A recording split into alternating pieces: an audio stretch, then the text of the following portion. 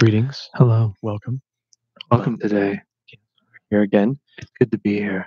Good to be here. Very good. To all of our celebrity chefs that are watching, we're glad to see you.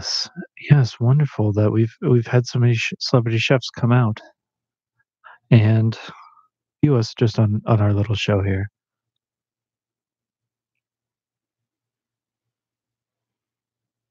Better. Yes. Always improving. Moving onward, upward. Just one step at a time. Mm-hmm. Yeah. Just like making a good meal. You can move one step at a time, no further. You don't want to jump ahead in your recipe. All right. Here we are. People are watching. Is anyone who is in the chat of our celebrity chefs here able to verify the video and audio quality? Video quality being mediocre, probably, and audio quality being Excellent. B plus. Yes. No laughing. Oh, I'm terribly sorry. I let a chuckle escape. This is a very serious podcast about serious food. All right, excellent. Happy birthday, crazy Colin Kelly. Yes, indeed. Happy birthday. We wish you the happiest of birthdays. All right. Oh, good. World famous Chef Brian here in the Excellent. chat. Excellent. All right. It's always nice to have someone of that level of prestige. Yeah, here. Good to have it here in the chat today. Mm-hmm. Yes. Ready? I believe so. I think we'll just do this. And so Trevor, because it's probably hard to tell, this is where the episode actually begins. It's time for Il Alimento. Hello. Welcome to episode number 192. I'm Chef Adam. And I'm Chef Christopher. And it is wonderful to be here today. It's good to be here with you today, Chef Adam. What have you been cooking lately? This week I've had a variety of cuisines from around the world. I sampled some food from Ecuador. Oh, delightful. And also some from Argentina. So I've mostly been focusing on South America, but also some Eastern European. But what have you been eating? So I've actually been traveling a good deal in the last week. Yes. I went to Syracuse, some steak tips. Wonderful. I went to Japan. Of course, while I was there, I ate everything from rice to vegetables and literally everything in between those two categories. Wonderful. Sounds like quite the trip. It really was. It was delightful. Today, of course, our listeners know is our 4th annual pasta episode. Yes, episode 192. We bring you today we every year, of course, do our annual pasta celebration. And then this episode. Yeah, we don't need to talk so much about the origins of pasta, the invention. Yeah, we've very clearly covered that in previous episodes. We've been told we've gone far too in depth on second annual pasta. If there's one thing that I can be accused of, it's of being too excited about the origins of pasta. Calm down, Adam. Calm down. You're already starting to get. I am. Yeah. I'm tremoring with excitement to speak about pasta. Yes. But we will today talk about pasta. We have very many topics. Yes. As well, we have, of course, a slew of letters from our subscribers. And we also have some letters from some celebrity chefs from around the world. Yes, which is always a privilege. Yes, indeed. We're honored to have their words with us here today. Yes. Well, so I suppose we will just get right into it. Very well, pasta. Our first topic for today will be about pasta sauces. Now, we did, as you recall, I'm sure, we did talk about pasta sauces the first year. Yes. Red sauce, white sauce, and any other sort of things. But we really want to talk today about some of the groundbreaking sauces. Yes. There's a lot of exciting new developments in the culinary world. Yes. That have been going on recently, and we wanted to address some of those. Yeah, there's a new sauce out of Canada, of all places, Not a place genuinely known for their accomplishments in the pasta field. No. And yet, this light caramel sauce is a pasta sauce. It's just a light, almost caramel glaze that you would use with a rigatoni, perhaps, or Now, tortellini. tell me about this sauce because to me this sounds abrasive and saccharine. Right. No, you would think so. It is a salted caramel, so it has that bit of. It's not quite as sweet, but it still is, a sugar-based sauce. So it can be concerning, but it's light enough. It's a very airy touch that really brings out the mellow, grainy sort of taste to their innate pasta. And it plays on your expectations. Really. Well, yeah, I can see how that may work. I'm still very skeptical of this So you sauce. have not had a chance I to try haven't. the Canadian I have caramel not. sauce. No, I plan to journey up north next week or the week You're in after. Toronto, right? For Yes. the opening of your third Chef Adam restaurant this year. Yes. That's a big deal. Yes, it is. And this is just a bistro. Sure. It Of is course. Small plates. small, intimate, also small plate dining experience. Sure. Focused on pairings with various wines, and actually various vodkas as well. Oh, interesting. A wine and Yes. vodka bistro. Yes. Delightful, delightful. And are reservations already open for that? I assume the line is. Well, reservations are indeed open, but it is booked through the end of the year, of course, As one would expect. but you may get on the waiting list if you try now. A spot may open up. Yeah. Someone may foolishly squander their chance. It happens all the time. More than you'd care to admit. Well, some people will book a reservation and then get busy, and that happens. Definitely. So I plan to go try this caramel sauce when I'm there for my opening. Well, I would recommend to you, Chef Adam, that you allay your reservations. I know that you have quite the ability to come to any dish with an open mind as well as an open mouth. Um, that you not worry too much about the sweetness, because if you look for it, sure, you'll find it. As we talked about, food starts before the plating, Yeah. and every You step eat of with the your eyes first. there you go. That's your famous saying. Yes, that I And- made up. right. And I believe in 83, Yes, 84, a long time ago. when you were Yes. cooking in Nepal. I was actually in Tibet at the time. Oh, okay. Yes, you can see where the mix-up Well, you had occurred. been in Nepal. You were either in Nepal right before that or right after that. I don't Yes. always remember your entire story. We've been doing this for so many We years. have been doing it for a very, very long time. Mhm. Now, I'm accustomed to a degree of sweetness from your traditional marinara sauces, etc. But how do they temper the sweetness of the caramel? Because it is something that I think would be overpowering. Well, like I said, it's a very light sauce, but also it is usually paired with a variety of other spices, some basil, perhaps cardamom or thyme. Interesting. And that is used as really the flavor comes more from those very like earthy green spices than from the caramel glaze, and the caramel just is used as an accent to those. So it's an interesting approach. Oh, that sounds like it will be an experience, Certainly. at the least. Absolutely. Now, the sauce that I am very excited about this week is something that I tried at Chef Belgioso's just last week. That is a pumpkin based sauce.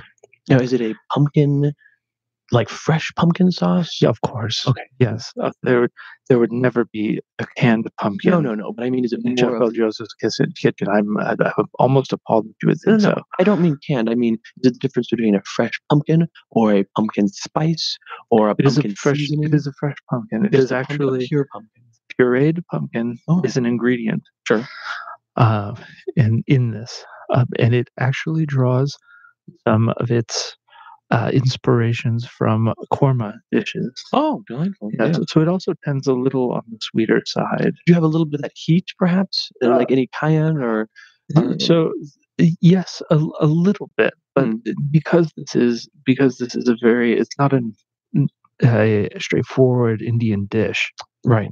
Is more of a Indian Italian fusion. Hmm. Um, the spice is tempered, and it is a much more mellow, creamy sauce with just a slight edge to it. Now, Adam, Yes. as listeners to Alimento well know, Mhm. is this a dish that after, because you recently had this in the Yes. last week, Yes, last week. after you had several bites of it, tasting it as the chef intended, the question I'm certain on everyone's mind: Mhm. did you add salt? No, see, I I am very opposed to adding salt, as you listeners well Of know. course, of course. I The I times that you believe, have done so have been singular and notable. and I believe that it is a failing on the chef's part when I have to add salt. Right, and that is the true question. If you'd added salt, we would write this off immediately. No, yeah, so this was very fine. I would recommend it. It does not need the addition of salt. Excellent. Yes. Was there any sort of cheese pairing with the dish? A grated Parmesan or a slice of Gouda? Or Now, Parmesan and Gouda both, I think, would be a little overpowering Mhm, on mhm. such a mellow sauce. Um, you could do this with a mozzarella, and that is a much easier cheese to pair with. Oh, very well. But this was a cheeseless dish Oh, okay. on this instance. There was some braised chicken, sliced very thinly, amongst this, and it was served on a bed of fettuccine. Delightful. That sounds wonderful. It was a singular experience.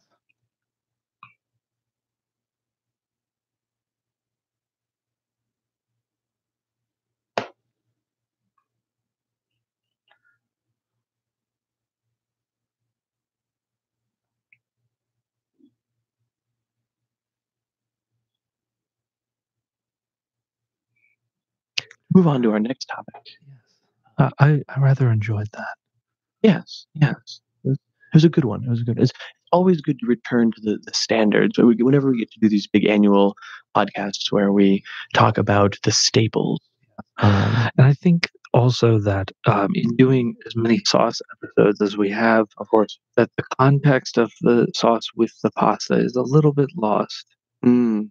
Mhm. We talk So much more about the sauce than we do about the bite of the pasta, yeah, the grain of the pasta, any of that. Is there any particular pasta you would not advise for that pumpkin sauce?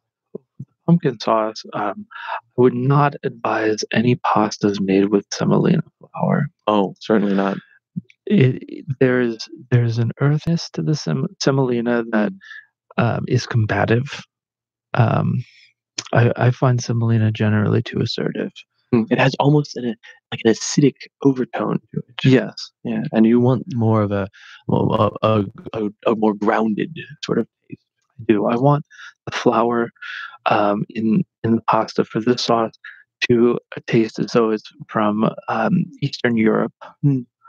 um, which is a much earthier flour. And we've discussed previously the semolina flour. I think pairs very well with like lemon sauce It does or quite something well. something that is more that direction. That's more that is attempting to pique the senses. But this is the opposite of that. Yes, and um, you want on the undercooked side of al dente for this type of sauce Do you? as well. Yes, because it is such a creamy, thick sauce. You want variety in your bite. You want your pasta to stand out, because at the end of the day, that is the focus of the dish. And if it is too cooked, it will taste as though you're just eating mush. Mm. Now, I don't know if you recall, in September of 2014, I believe, Yes, we did an entire episode about beets. yes, I And remember well the beet episode. very well. And in that beet episode, we talked about a beet-based sauce. It was as opposed to a tomato sauce or a cheese or cream sauce, a beet sauce. wonder about the mixing of that beet sauce with some of this potato or some of this pumpkin sauce. Yes. I would not rule it out. Yeah. It would be something that I'm willing to try, but again, I'm worried that it would be combative. Those are two very strong flavors. They are. This is just I'm getting ideas here. Something with pumpkin, with maybe a bit of oregano, and just a sprig of some bay leaf root. Yes. Well, it seems as though what you're wanting is a general sort of Thanksgiving type pasta. You want it to be a side dish that complements well the standard fare of turkey and mashed potatoes and the like. Perhaps I was hoping to go for something that accented both the taste and the colors, the vibrant colors of beet sauce and the pumpkin. You would have a dish that leapt off the table. But Yes, something to experiment with. Perhaps some of our definitely. listeners at home can attempt that one and let us know. Perhaps, yeah, perhaps, yeah. So I'd like to move on to our next topic today, and this is a topic that we've put off for a long time. We've had more questions about this topic than just about anything else. Yes, and that is the topic of vegetables within pasta, and the use thereof. It's astounding how many different opinions there can be. Yes, and I understand that it is a delicate balance. Yes. To have pasta in which the vegetables outweigh the noodles is pure ridiculous notion. I would not even entertain it. Could you be convinced to have a dish that was not a pasta dish, but rather a vegetable dish that had pasta in it? I could be convinced to try it, but Right. I, It I would not always appear in one of your feel kitchens. no, it will never appear in one of my dishes. It is something that I feel that if pasta is there, it should be the star. Sure. That, that is my That is the Chef Adam way. yes. I have. Now you do things differently. You often use in your restaurants pasta as accents. Yes, absolutely. I like you know few pieces of pasta to accent an otherwise pasteless dish. Yes. A steak with a few individually tortellinis around the side, or perhaps a carrots and potatoes. You can even make a shepherd's pie, but with a bit of fine grained pasta just baked into the dish. Yes. And it makes for a different experience. I love pasta, including just a hint of pasta for texture, for familiarity, but also for surprise. It creates also, and I've had this dish that you mentioned, the shepherd's pie. It creates a feeling almost that instead of Like that sort of approach. So for me, my standard when I'm making a pasta dish that is primarily a pasta dish, because these other flights of fancy we've been talking about aren't pasta dishes. They're dishes in which pasta is used. yes, Pasta is an element of the pasta dish. In a pasta dish, my rule of thumb is that no individual piece of a vegetable, be it a long spear or a cut chunk or any of those other elements, one of those elements is no longer than any of the individual pieces of pasta, depending on your. Yeah. So if you have a bow tie pasta, you don't want to have a piece of green pepper that is larger than any of those individual bow no, ties. of course. The area in which that gets a little tricky is in longer noodles, such as just your standard spaghetti or fettuccine or linguine, any of the sort of long strings. What rules would you use in those instances? Because obviously you're not going to have 12-inch piece of asparagus in your pasta. It's interesting that you mentioned that, but I'll come back around to it. So in general, I would go for smaller pieces because you want a smaller. I try to shoot for stouter chunks, almost like a half-inch cube Interesting. of a vegetable. So you've no interest in something as trivial as peas. Not in a dish with long noodles. A dish with long, thin noodles. I want to both accent the long, thin noodles with these more solid pieces of vegetables, but Yes. also accompany them when you're working through your dish.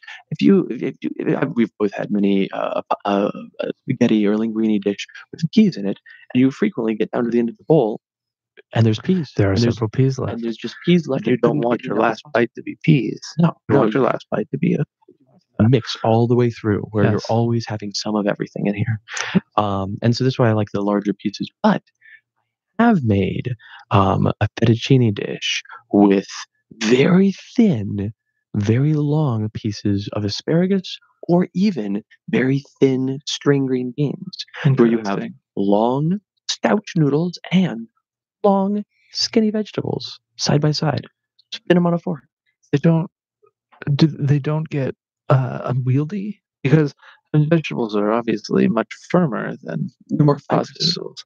Yes, I don't imagine that they would spin on a fork the same way. Not quite the same way. You can cook them to the point that they might be even considered overcooked for a standard vegetable plate. Yes, But when mixed with the pasta, where the texture you're getting is more from the pasta than from the vegetable matter, it can be a good accent, especially when paired with a sauce that brings out the best of their flavors.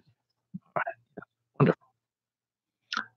Now, when I insert vegetables, my my tactic is a little bit different. The vegetables that I prefer to put in my pastas are things like spinach that you can blend well throughout the sauce, or Do you use whole leaf spinach or do you tend to chop it down? for cooking, I tend to chop it down. Now, sometimes I will also add some fresh whole leaf Mm. as an accent, as a sort of garnish, Or but perhaps a bit edible of baby garnish. spinach, so it's not quite as large. Yes, but I don't believe that they're. I don't believe, as we all know, in garnish that is inedible. I think it's folly. The plate is full of food. Yes, The plate. yes. You should full be of able to clean it. Anything that you see is therefore being edible. So sometimes I will use the baby spinach, and I find that that does add a much needed freshness to, especially a heavier Alfredo type dish. As you know, one of the key features of some of my more experimental restaurants, presentation that doesn't tell the whole story. Yes. Presentation is like, look here at this plate, you see these various elements of food, but what the thing you don't see is the flavor you'll taste the most. Yeah. And in those times, I have used The surprise. right, and those times I've used many a garnish that was an edible garnish, and not meant to be part of the that's right in front of you.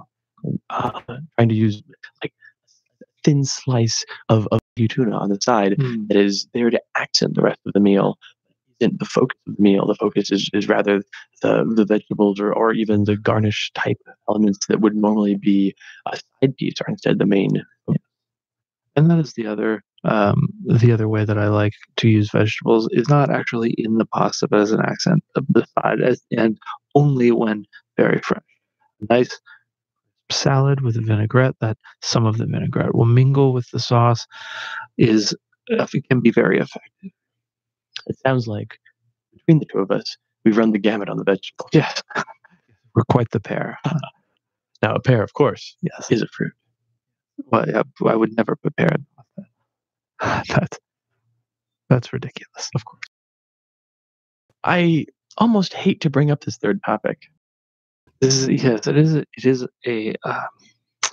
is a moment of contention. Controversial. Yes. Not necessarily in this room, not here on Alimento, but in the culinary world of what exactly is gnocchi. Yes. Gnocchi is a potato based, um, sort of nugget shaped thing. And what we are debating today is whether or not it's pasta. I would define gnocchi as a pillowy, potato based pasta dish. I would define it instead as a potato based dumpling. Oh, a dumpling. Yes. It has none of the normal preparation. The preparation style is so much more like that of pasta than of dumpling. So, It needs no processing. It mm, needs no time after you don't need to roll it out, you don't need to slice it, you just roll it into these little balls and boil it. And to me that is very different than pasta, which you actually have to craft. Have you, Chef Adam, Yes. encountered a potato-based pasta rather than a wheat or even other grain-based pasta that you would consider to be pasta? I have, but it was unsuccessful Hmm. because when you make a potato-based pasta, it is generally too uh, insoluble. That You it don't have the it right doesn't. consistency. Yeah, it doesn't have the grit to stand up to holding any level of sauce or cooking. It will just dissolve into a bunch of small pieces. Yet that's not what gnocchi does. Gnocchi No, keeps its consistency, and it keeps it without being the stout, firm, solid aspect that you would expect from a potato. It's pillowy, it's light, it's airy, and yet it's still potato.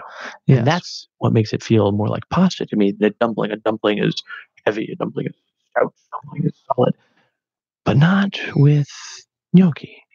no. I believe where the distinction lies. That is in the dough.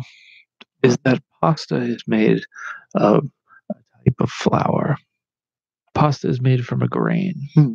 That is that is a universal truth to me. I have to stop you there. We both at that lovely little place in Taiwan had an almond based pasta that you said was the best non grain pasta you'd ever had. Yes, non-grain. Yes, but it That was pasta. I suppose if one is to be strict about one's definitions, then We're yes. here to do today. I suppose. I suppose. I just I agree wholeheartedly that classic pastas, the grain based pastas, the wheat based pastas, are more pastas are the height of pasta. They're the ones to attain. They're the ones to strive towards in terms of perfection. Close ourselves off to the idea of non-wheat based pastas. We I would hate to miss out on a delightful opportunity. Well, let me ask you this: Yes, if the gnocchi were, say, the size of a standard um, Chinese or Hebrew dumpling, certainly. would you then feel still that it was pasta? Do you feel Would that it? matzo balls are pasta? Well, matzo balls have that heavy, much heavier, stouter sort of aspect than the light airiness of. I think they are just as pillowy. Not, no, no, no. They're nowhere near. Matzo balls are nowhere near as pillowy as gnocchi. Gnocchi has a much lighter texture to it It's heavier in your stomach. than a matzo ball. Yes, indeed. You believe that a gnocchi is just heavier in your stomach than a matzo ball? Absolutely. Interesting. Absolutely. I've always considered gnocchi to be a very light affair, whereas a matzo ball was your more soup-based sort of a dish. In any case, would you view if gnocchi were that size, Mhm. would you still view it as pasta? If you were able to make a gnocchi that maintained the same elements, but at that larger size, I would consider it a pasta. Yes. Interesting. So it is not a size issue. Not at all. No, it's the qualities that are intrinsic to the sort of dish that you would make with a pasta. The dishes that you would make with fettuccine or tortellini, or even a lasagna noodle, those sort of dishes, you could apply that dish to gnocchi and use that as a base for it. But you couldn't do that with a dumpling, a matzo ball. It's a different it's a different genre. Mm, I would argue that you could do it with a dumpling. You're using a Chinese noodle, and you're creating a dish, um, much like a lo mein. Hmm. You could do that with Chinese dumplings, I believe. I think that the consistency, the ratios would not be what you would want. See, this is the thing. I think that the gnocchi conversation happened nigh infinitely because neither one of us are willing. Either, I don't believe that either one of us thinks the other is entirely off base here. We've No. both eaten each other's food and loved it. Yes, I've seen your uses of gnocchi. You've seen my uses of gnocchi. I would be honored to eat a gnocchi dish made by Chef Adam. And I am honored to eat a dish by Chef Christopher. But the the basic foundational, the way that we treat pasta. I use gnocchi the same way I use pasta, and then sometimes I'll make a gnocchi dish, but sometimes I'll use it as an accent in other things. And I want to make sure the pairing with the vegetables is just so, and et cetera, et cetera. It's the way I approach it. And a thing that I've always loved about your cooking, one of the things that originally brought this very show together was my appreciation of you approaching each thing not as a category, but what it as is. an individual You don't element. you don't treat gnocchi like pasta. You don't treat it in some other category. You don't even treat it like dumplings, even though you're arguing for dumplings. You treat it singularly like gnocchi. Well, I definitely appreciate you saying so. That's one of your It is, strengths as a chef it is and what I as a strive visionary. for. Yes. Thank you.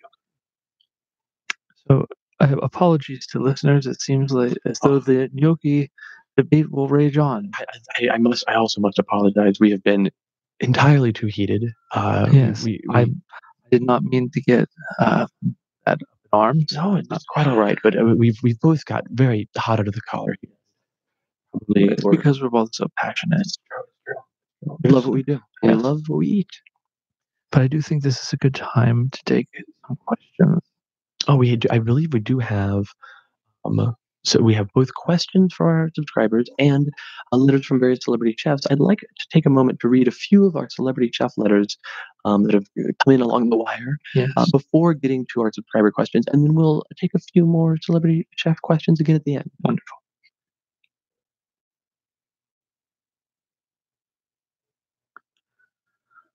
So I have a question from the world famous chef Brian. He writes, I have recently been experimenting with fusion cuisine, combining flavors and experiences from vastly different cultures. My most recent dish was a combination of Chilean sea bass with Japanese Wagyu beef, combining the more subtle sea undertones of the bass with the bold strength of the beef. This is then served on a bed of jasmine rice and roasted seaweed. I was curious as to what combination of dishes you will be serving at the grand opening of your new St. Louis restaurant, the latest in a long chain of successful establishments. I believe that is a question addressed to you. Well, no, I will say this is Chef Brian is letting the cat out of the bag. We only released this information to a few of our notable chef contacts, but Yes. now's as good a time to talk about it as any. All right. I suppose. After many years of us both working on our own projects, we do have a joint establishment that is opening in the city of St. Louis, right south of the Gateway Arch. It will be called Il Alimento. Yes, and we're excited because, of course, as Brian mentioned, we've had locations all over the world, and then individually we've done, but now a restaurant is a pairing of everything we do together. There's a point at which you feel as though you've peaked as a solo chef. Hmm. And I think that we've both reached that point. I with all of the, I mean, our listeners have listened to us for almost 200 episodes now of this back and forth, these heated debates, these almost violent words that we unfortunately sometimes come to due to our passions of the kitchen. And bringing those passions to a restaurant in which you will have dishes and courses that are sometimes even at odds to each other, but the resolution is something far greater than could be attained otherwise. We're eager to try this. Yes, doing this show has made our individual cooking so much better, and we feel that this new step will bring about brilliance to the table. And this is, I think this is a fantastically appropriate question from Chef Brian about these odd pairings, pairings of meats that quote unquote don't go together, or side dishes, and all these different things that are internally at odds. This is precisely what we are attempting to undertake with this new location. Yes, and I believe we're opening it Q3 of this year. Yes, later this year. Yes. I do have a letter from Chef Sanvar, who we have heard from before. He's always there to make sure that we're not overstepping any of our bounds. No, he's a very traditional chef, right? Very prestigious in his field. He writes, he's heard accusations of frozen food and store-bought pasta being used in our restaurants. It's interesting that someone would accuse us of such a thing. No. It seems almost a petty blow. Yes, we're quite outspoken against such things. Right. I would never, ever allow them. Now, there was one of my stores, I must admit, there was one of my stores in the Pacific Northeast region here in the United States of America, that one of the chefs of that restaurant, which I had established 7 or 8 years ago, Yes. and that chef last year was found to be bringing in subpar ingredients and passing them off. And it Goodness. was a terrible scandal. Yes. There was the whole culinary world was up in arms. I would shut the restaurant down. And I did. I was forced to because at that point the reputation Of course. was salvaged. Yeah. And it was a shame because it was one of my more like traditional sort of back to basics kind of restaurants, and I don't do as many of those anymore, and I miss them. Yes. But sometimes, It's all, yes. Fusion cuisine is all the rage. of course, Farm to table. I love all the things that are happening now in the culinary world, Yes. where people are trying things that they wouldn't have dared to years ago. I also like having a restaurant that makes things by the book, as it were. Yes. Absolutely. By the book. Ah, the wit on you. Yes. I have a question from Chef Broody Gambit, who writes, barbecue varies greatly between regions. What types of sauces or styles do you prefer? Tomato-based, molasses-based, vinegar-based, mustard-based? Personally, I prefer mustard-based sauce with chopped pork. I was just curious as to what you preferred. Hmm. Hmm. Interesting. Interesting. I mean, Now, I prefer mostly a vinegar-based, I think. I like a sweeter vinegar-based, but with a good degree of heat. But I do like the vinegar to come through. I don't mind a good mustard-based sauce also. And I generally lean towards beef in like a brisket Mm. in what I prefer my barbecue. I've always been attracted to dry rub type Yes. dishes, and also a mix of the sweet and the salty, uh, to bring out the opposing flavors in things. I think that we should head into some of our subscriber questions. Wonderful. So let's do so now. We have a letter from a gentleman named Techfire80. Right, rise and shine, Christopher and Adam. It's time for breakfast. What is your go-to breakfast food? Do you even get to eat breakfast most mornings until after you're in the office? I always begin every morning with a poached egg. Oh, yes. Strong, strong. Every morning. Sometimes over an English muffin, but invariably a single poached egg. I find that these days I attempt to have a thing that I've not had that week for breakfast. If it's something as simple as some steel cut oats, or more extraordinary like a slice of thick cut bacon, I go for a smaller, lighter breakfast, knowing that for me, as you well know, lunch is the biggest meal of the day. Yes, well, as we often say, breakfast is the day's appetizer. Yes, yes, of course. Yeah. When you have time for a sit-down breakfast, what do you prefer to make? Oh, we just talked about that. How do you take your coffee? Are you an all-day coffee drinker or just in the mornings?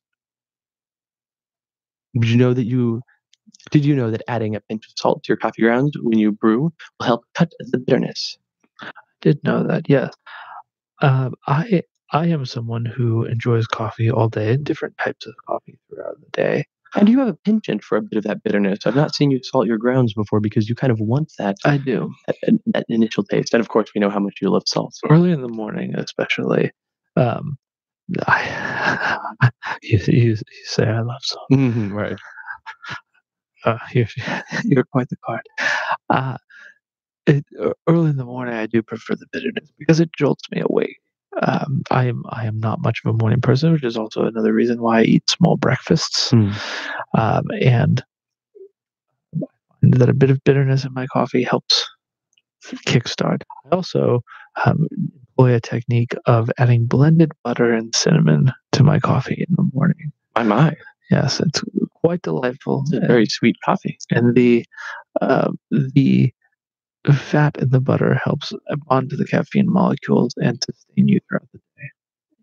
Interesting. I am, of course, not a coffee drinker, nor a drinker of any sort of caffeine at all, but I can appreciate the various aromas from coffees and teas of all sorts.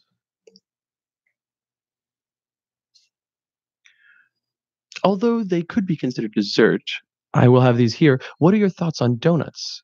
Cake versus yeast, filled or with a hole in the middle? Preference of filling or topping? I would consider them dessert.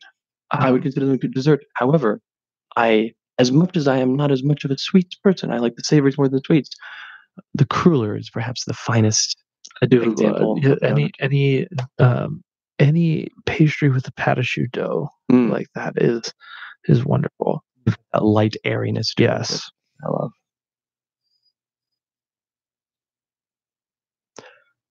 Is there a breakfast food that you just do not eat or drink? For me, of course, it's coffee.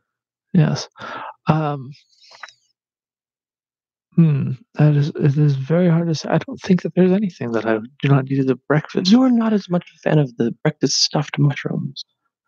I don't view them as a breakfast food. Very well. Very well. Yeah. That's so. And TechFire80 signs off by saying, always start your morning off right and keep doing what you guys do. Thank you, TechFire80. I have a letter here from Owl. I'm confused as to if this is an actual owl or a person who addresses themselves as Owl, but perhaps Chef Owl. Chef Owl writes, "What is your favorite food to make for other people?" Oh, well, for me, it is to cook a nice lean steak with just a hint of salt and pepper in the cooking. Simple, clean, quick, done, delicious. I prefer to make something a little more advanced. I have a beef Wellington that I'm famous for that actually takes me 3 days to prepare between dry aging the meat and baking the outer crust, par baking, and then wrapping. It is quite the undertaking, and beef Wellington is a very delicate dish. But the payoff is wonderful. Yeah. Owl continues, "What is your favorite food that someone else makes for you?" I always like to sample food from a chef whose food I've not eaten before. I want to know the soul of that chef, and that is what I get out of eating that food. So I suppose my favorite food for someone else to make for me is something I've not yet had. My favorite is very specific.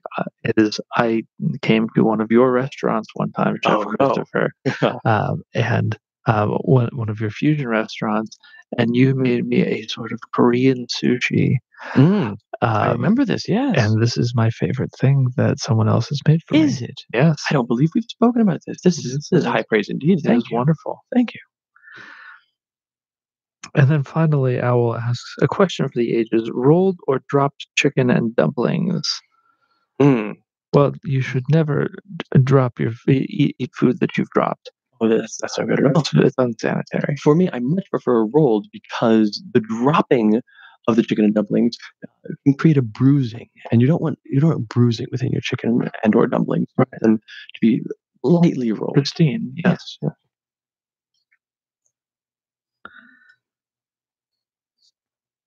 All right, a letter from Trumpet of Doom. Must be out of the Hampshire Trumpets of Doom. Yes.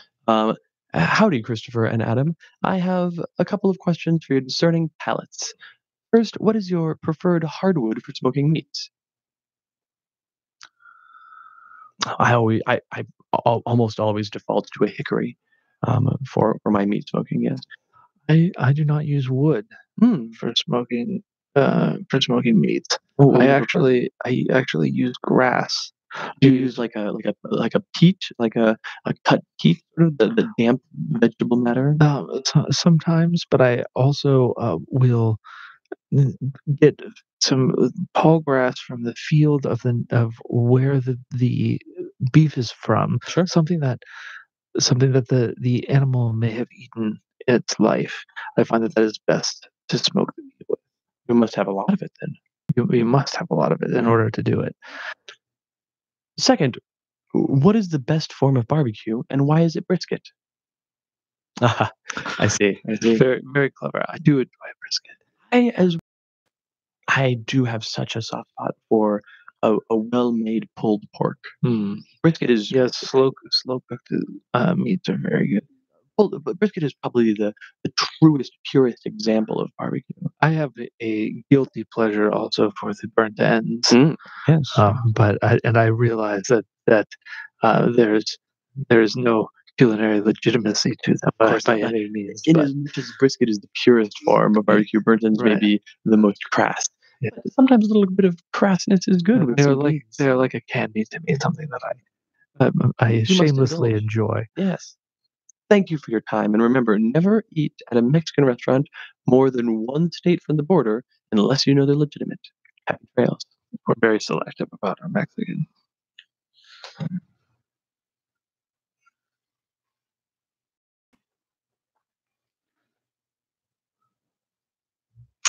Mind Wanderer writes, Christopher, what is your favorite variety of bright red Tommy Atkins mango, the yellow Atolfo, or honey mango, the massive green Kate mango? Have you ever tried the rare and expensive Alfonso mango? Well, of course, I've tried the Alfonso mango. Will almost eat nothing else. Well, no, not for me. I've been outspoken about my love of mangoes, and any of our regular listeners know that mangoes are by far my favorite fruit. However, there are four types of mangoes that I consider to be the best for, and you've named two of them. You mentioned the Tommy Atkins mango and the Keat mango, which are both very good.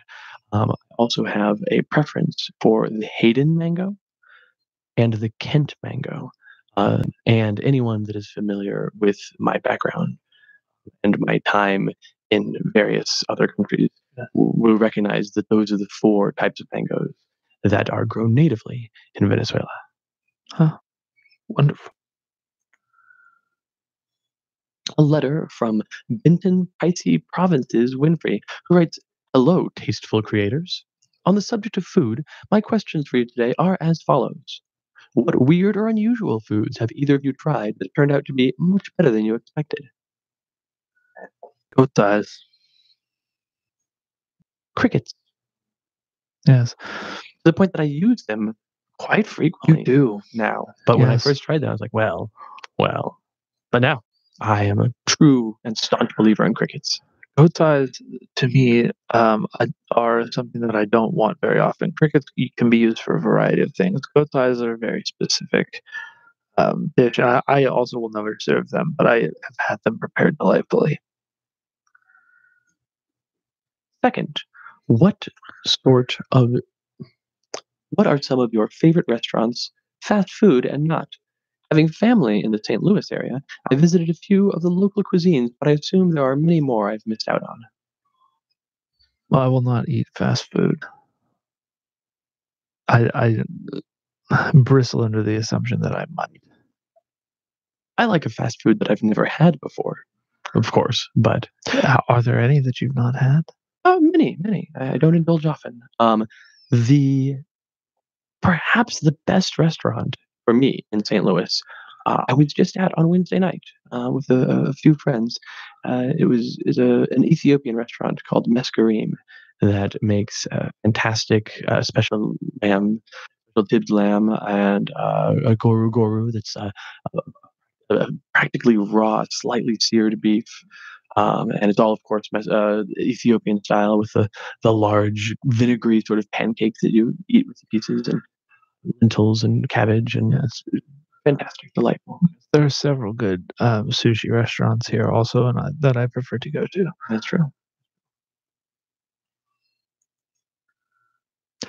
Uh, and as a side note, I completely agree with Adam that a ripe pear can be simply succulent. There's almost nothing better. Thank you for the great food advice. Oh, and that superhero universe thing too. I'm not sure exactly what they're talking about, Right? but No. I'm not aware, but people and their letters. We always receive some strange letters, and uh, the superhero universe thing that sounds intriguing. yes. Delightful. I have one here from Marina Raid, who writes, "Dear Christopher and Adamargarine." Hmm. Those are some food puns. See. Welcome to the food verse. Do you taste first or salt first? Stick around, but I've got flavoring to do. Marina Raid. Well, always taste first.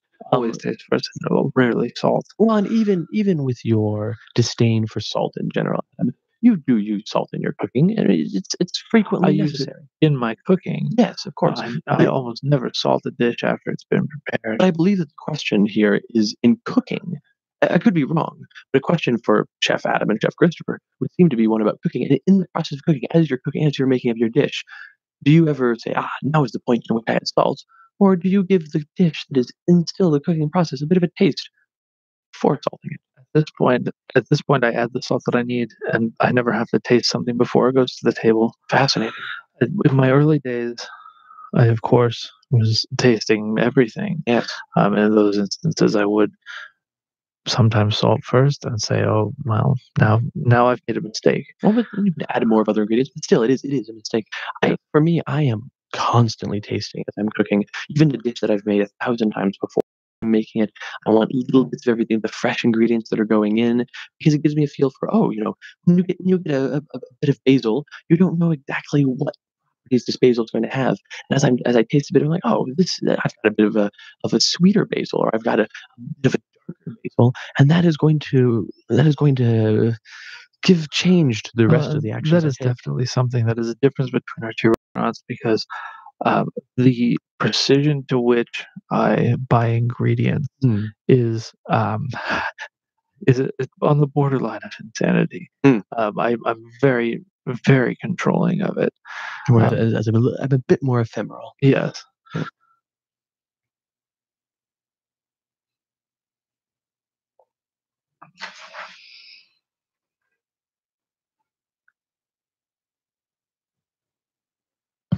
I've got a letter here from Liz C, who writes, "Hello, intrepid creators. Since it sounds like you've suffered the death wind of my lovely state several times now, I have an admittedly selfish and provincial question. What do the two of you like best about New England cuisine?"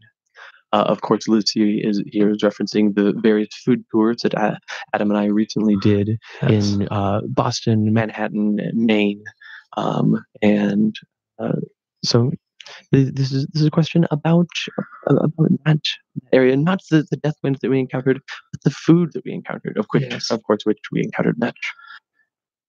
I am not as much a fan of the area because I have a disdain of seafood Of all seafood. in general. You just mentioned that sushi was one of your favorite That dishes in is St. Louis. that is why I like sushi is because it elevates seafood beyond the pedestrian. Mm. Whereas I feel that most preparations of seafood are lazy at best. Certainly. I, on the other hand, quite love seafood, especially just a well prepared, simple white fish, a cod, and I've had a good deal of it that I love in that area. I've had some clam chowder that's good, some delicious lobster, and this is kind of back to basics of those dishes It's for a me. very populist Yes, well, substance. and sometimes having those roots in like just a solid, good pedestrian meal can really give spark to something greater. I have a letter from one of our celebrity chefs, um, the sous chef du jour, Francis of Wales. Right. I was told if I needed a good laugh to listen to this podcast, I must say, after listening, I am filled with horror. Do you know what a curated selection of cheese is? What is the desired wine to serve with some fresh perspective? It's a Chateau Cheval Blanc, by the way. Well, that is very debatable, sir. I would have gone for a red, but go ahead. What is the proper bread for an idiot sandwich? How to suitably serve those tall, venti, and grande folks? Sorry for my outburst. I just have to realize even once in a while something genuinely remarkable may arrive from listening, as if from another podcast. Hmm. Very interesting. I'm genuinely not certain why this chef listens to us. For we do run the gamut of the bizarre here, and this is not for this podcast. We talk about many things, but it's not necessarily for the snootiest of tastes, but for the most exploratory at times. Yes, my tastes run more, I would say, highbrow, but I am open to new experiences at all times.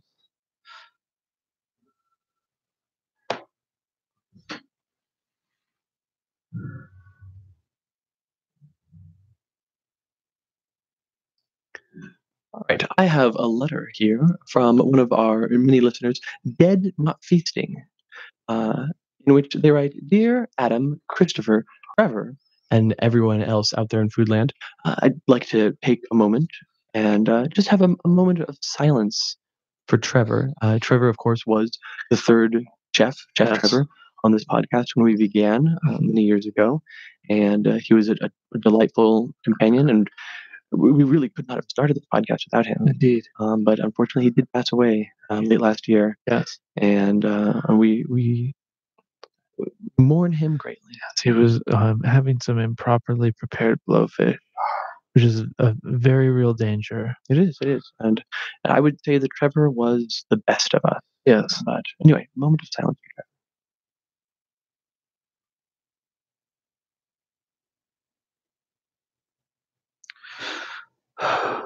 To continue this letter, Yes. Dead Not Feasting writes, "I have been a long-time listener to the Foodcast, perhaps your best podcast, and attentive listeners will remember me as the winner of Yantavidero's caloric contest.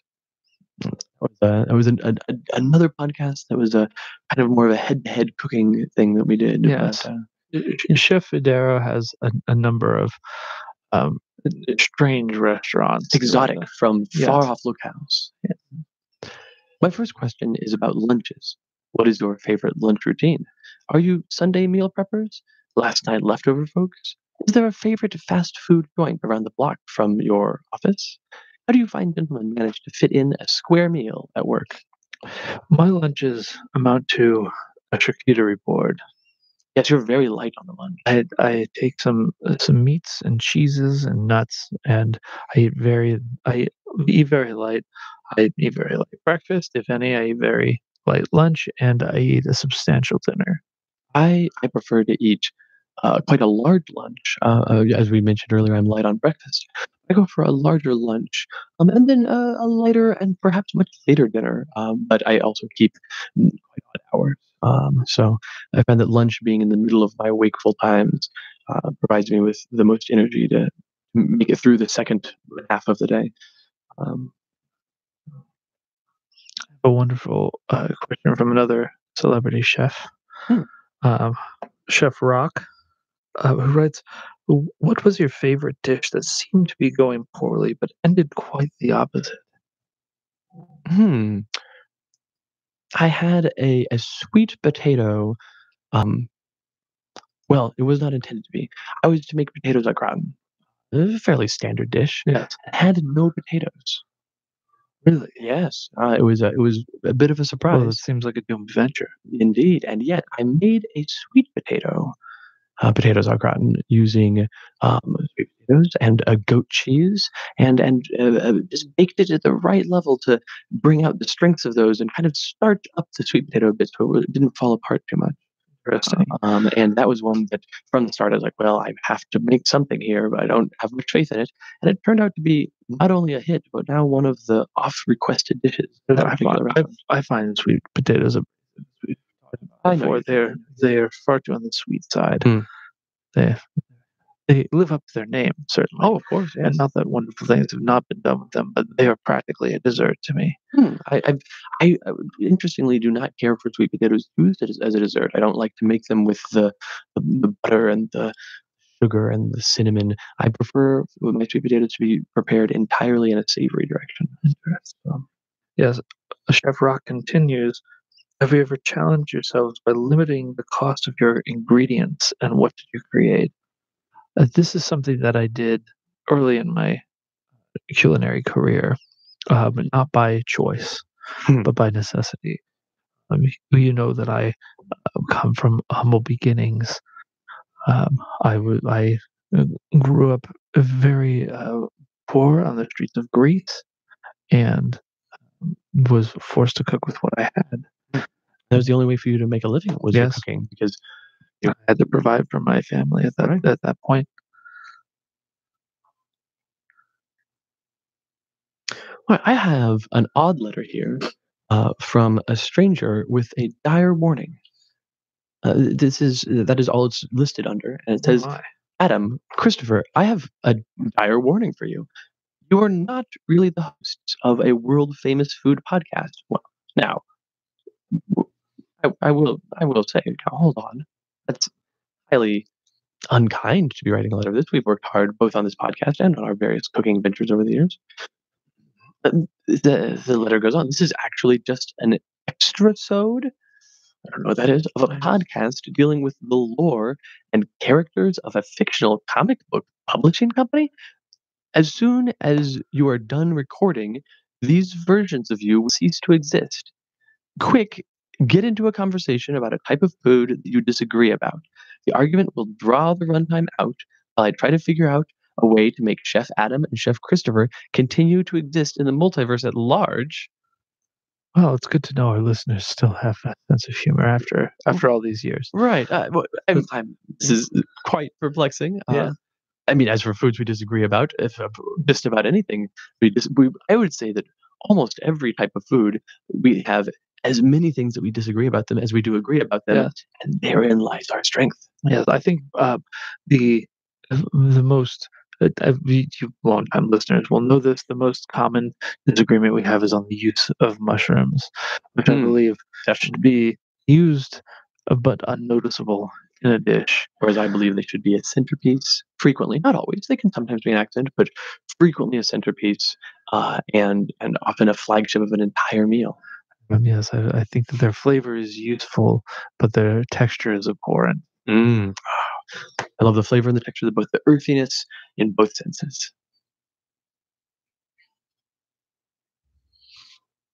All right, we have a few letters left here from some other celebrity chefs.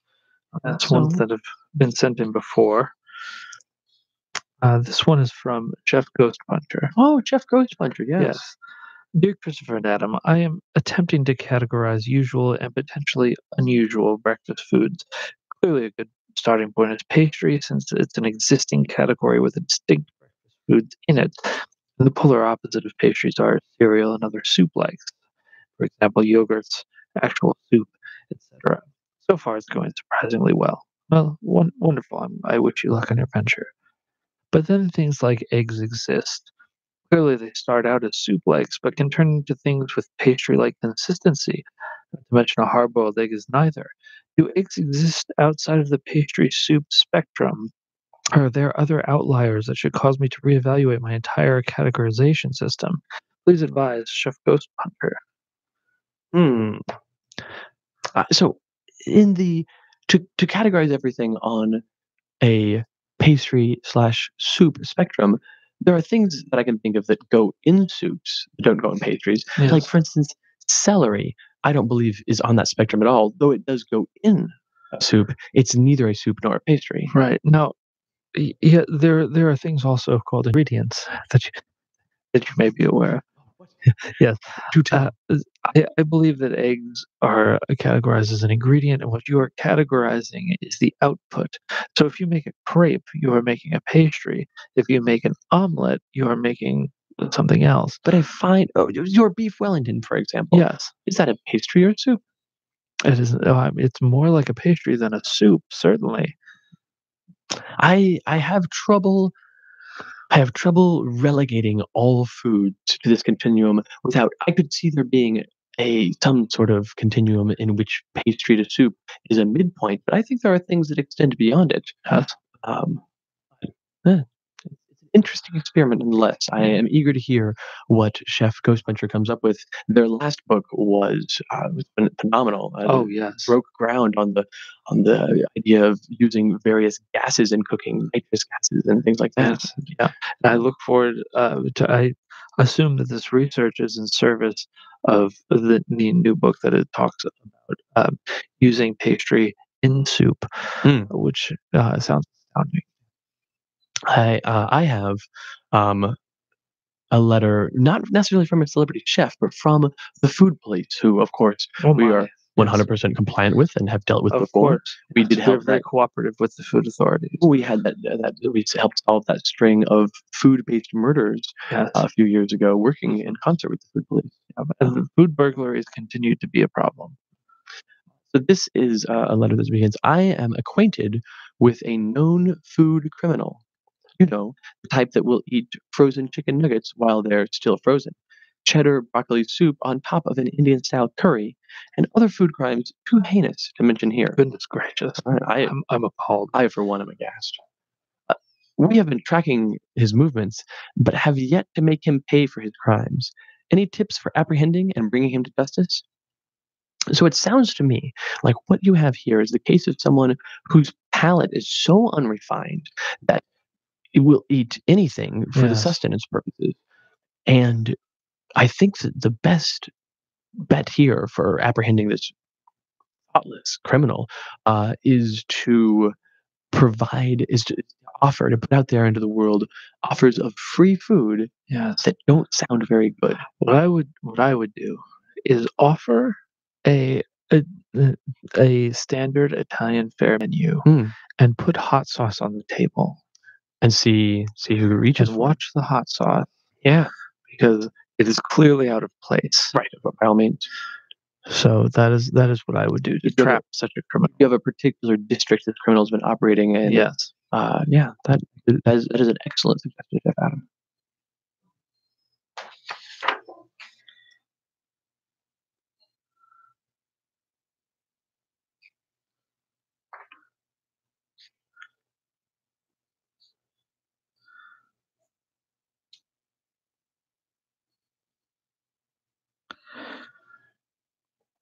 Right. My last letter for the day. I have one from Chef Tom Megan, the great Norwegian chef. Oh, and I actually do believe that today, this very date, is the birthday of that chef. Good Lord. Yes. Happy birthday. Megan, it has been great to know you over these many years. Happy and birthday indeed. I will have my restaurant send you a very special cake Mm, that I will have prepared as soon as this episode is done recording. Not a traditional style birthday cake, of course, but actually I'm shooting for more of a savory cake with this. perhaps like a layer of bacon with Yes, with a bourbon style glaze. yes, indeed, and it will be almost a cornbread style cake, But a thinner cake. Not quite thin layers of cake Mm. with of a cornbread style cake with bourbon bacon throughout, and a whipped uh, uh, whipped cheese frosting. Oh, delightful. Yes, Oh, the letter. Go on. yes. Greetings, Christopher and Adam. Long have I wanted to pick the mind of such culinary connoisseurs such as yourselves. Which of these is the most important part of the meal? The first course, main course, the dessert, or the drinks? I confess to a fondness of dessert myself. Drinks. I think that is the best accent to everything else because frequently a drink that you will have is going to go across multiple courses, and so that's going to have quite an impact. And I believe that every part is equally important. That a meal is a very carefully crafted experience, Certainly. and that faltering in any one of those things can ruin the entire thing. Continues, on my travels, I have tasted many things. What is the most bizarre taste you have tasted?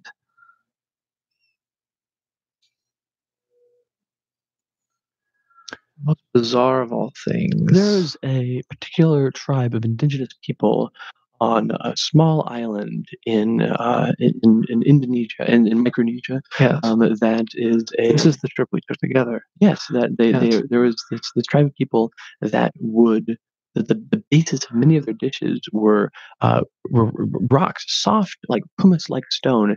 They would crush up to use as a bed for their various meals that they would prepare. Yes. They added an interesting mineral element to almost all of their cooking. It Mhm. wasn't one of the most aggressively strange tastes. It was subtly strange, but it was pervasive throughout everything we ate on that trip. And this would be mixed with root with a pureed root vegetable, so you would not notice the grainy rock Right. texture. And there was, like I said, it was a soft rock. It Yeah. wasn't to the point you're going to be like chewing on gravel or anything so Right. base. Oh, of course. But that it added a bit of a taste to that. The other one would be that when I was enjoying some Appalachian style cuisine, there was a family that made food and they harvested an ant, a type of ant. There was these very small, bright yellow colored ants that Yes. almost had a lemon pepper sort of taste to them, and they would add the ants to the meal. But the thing that was notable about this, and the thing that I am certain that Adam you would not be interested in, knowing your personal tastes, Yes. is that these ants were added to the meal um, alive. And Ah, so there'd be a sprinkling of like a half dozen ants walking across the top of a piece of food. no, that I do find that crass. Yes, but I don't feel as though you're cooking at that point because you've not cooked. the ants were uncooked. But there's many times you'll put an uncooked topping, like the spinach you mentioned earlier on a dish. I mean, that is fair. But let us agree that the best food in the world comes from our own respective countries. Which country has the second best cuisine? Well, I don't believe that the food comes from our own the best food. Well, of course, Adam and I long ago agreed that the best food comes from Italy, hence the name of our show. Yes. And so the second best food probably comes from our own respective countries then. There are often meals which we remember fondly, such as my father's green chili. What meal do you miss the most? I do have a very deep memory of my mother's stew, which is not a highbrow meal at all. It's a very simple peasant dish, Hmm. but it it does still to this day resonate with me. There isn't a meal that I miss the most because I have more of a penchant for trying new and different things. But if there ever is something that I want to revisit a taste, I simply do whip it up myself and sometimes fail, and that is part of the process. What is your opinion of the modern use of plastic stoppers instead of corks for wine bottles? Uh, I don't care for the plastic stoppers. No. I've seen glass and rubber stoppers that I'm okay with, and Yeah. even steel and threaded stoppers, but not the plastic ones. I think leave too much of an artificial residue. You know, and there's something that I love about cork. Um, I love I love to pull the cork. I love to smell the cork and keep it afterwards. I have a very large collection of cork from all of the wine bottles I've sampled over the years. There's just something very special to that. So I don't prefer a plastic stopper at all. I like the cork as a memento of my experience. I am very proud of my meatballs. Do not believe what you've heard. Norwegian meatballs are far superior to the Swedish meatball. Do you have any favorite Norwegian dishes? Oh well, of course. There's the on our last Norwegian expedition, we had some of that fermented shark, where Yes, they the fermented they shark. would catch those small sharks that they would catch And and I don't know what it was called, but one of the seasonings that they use is a mountain flower hmm, that had a bright blue hue to it. yes, I remember this. I can't recall the name for the life. And it colors the meat as well when you use it. So it was this the result was this bright blue, almost a naturally looking blue shark meat. shark. Yeah. Fermented shark. And, It was delicious though. and the meat was fermented by they would season this meat and they would like marinate it and then bury it in the ground in the frozen wastes in the northern zones, Yes. and let it freeze and ferment for weeks. And it was a very sharp taste, very aggressive, Yes. but also soft. Yeah. Yes, It is very aromatic. yes, indeed. Yes. Most importantly, I must know, why do the glorious American snack Cheez-Its have a hole in the middle? Thank you so much for this opportunity, and I look forward to what delicious meals we can experience together, if only in spirit. The Cheez-Its with the hole in the The middle. Now, Cheez-Its have a hole in the middle because they're produced on a string, and they are actually one of the finer crafted snacks. well, they have And quite a rich history. yeah, If you listen actually back, I believe it was episode 121 I think of this so. podcast, we Yes. talked about various snack cracker type foods, and Cheez-Its was one of the ones that came out as like, oh, this has some greater amount of validity than one might expect. Yes. Yeah, there's a surprising amount of craft within them. So go back and listen to that episode. I have the last letter of today um, that begins, ¿Cómo están, Don Christopher y Don Adam?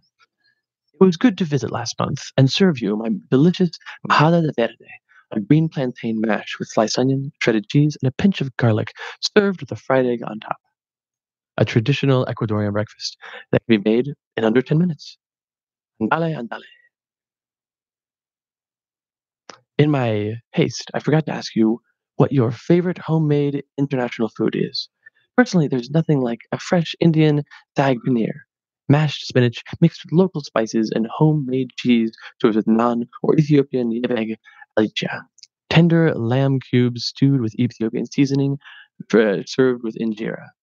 Each dish served as a great representation of their representative country's foods and flavor. But be ready to eat with your hands, as each food is eaten with the local bread. I cannot wait to show you more South American food like Peruvian tapa, auncina, auncina, thinly sliced potatoes over a bed of lettuce with a sauce that is to die for. Next time I visit your studio. Ciao, Don Carlo, Isaac Gonzalez, Navarrete, and Didier de Maya, the fastest chef of all of Ecuador. Wonderful. Yes. What I like to make at home is, of course, Mediterranean food. Um, I, I love those mixes of flavors when I'm making something for myself, and especially if I don't want to spend that much time on it. Olives, feta, spinach. These are things that bring strong punches of flavor in a pinch. Mm-hmm. I think some of my favorite. I mean, we of course had Don Carlos delicious food when he was here. Yes, yes. Thank you so much for again for coming to our studio and demonstrating for our listeners your technique. It was great to have you here, and that is some fantastic food. But I also have a great love for traditional Jamaican food, the various like jerk style spices, and a lot of lightly fried foods that don't have the same connotation as what you would expect an American fried food. Yeah. So thank you all. Wonderful. For joining us. We have but one topic left to discuss today here. We always close out each episode with our personal favorite dish of the type of the episode. And today, the moment you've been waiting for all year. I imagine so. We're back at our 4th annual pasta episode. Yes. And Chef Adam, would you like to talk about your favorite? I would. Pasta dish Yes. of this year. So this is it. My favorite pasta of the year. I was at Chef Marino's. Yes. About 3 months ago, and I had an incredible experience with a farfalle that had thin slices of smoked veal within it, vodka sauce, and sautéed shallots. That sounds delightful. It was indeed. It was indeed. If you are in the area, well, actually, you can't get a reservation, but make a reservation now for maybe next year to experience this dish if he still makes it at that time. Perhaps. Perhaps, hopefully so. If not, we might do a segment in a future episode, in one of our recipe episodes, in which we maybe try to break down how that was made. We do try to do those at least Yes, once a I would quarter. never presume to steal it from him, but if We we can make could our have him on tweaks the on it. show, Oh, that yes, even perhaps, better. or We always have a third chair open. yes, Uh, ever since Trevor. Now, a few months ago, I had actually just maybe 1 or 2 months ago, fairly recently, I was at one of my favorite restaurants, Acero, where I had a delicious pasta dish that was so simple in its execution, yet flawless. It was no more than 4 or 5 spaghetti noodles. These spaghetti noodles were thick, quarter-inch thick spaghetti noodle, and they were cooked just, like, barely enough that they had a good al dente sort of taste, texture and movability, but no more than that. They were cooked in a pepper, oil that the entire cooking process, the pepper was infused into them and then coated with a sharp Parmesan cheese, that, was clearly aged a great amount. It's a dish called cacio e pepe, which is, of course, Italian for cheese and pepper, because that's all it is. It's the only ingredients: a bit of cheese, a bit of pepper, a bit of oil for the cooking, and these Yeah. handmade, beautiful spaghetti noodles. It was one of the simplest and also one of the most perfectly delivered dishes I've ever had. Wonderful, wonderful. So, something to aspire to. As always, it has been a pleasure talking to all of you listeners. It has been a genuine pleasure. I have been so happy to spend this last time with you, speaking about things that we love, the food that we love, the food that we experience together. And as always, I will sign off by saying that I urge you all to visit Chef Adam's restaurants. I urge you to visit Christopher's restaurants. Always eat well. Thank you.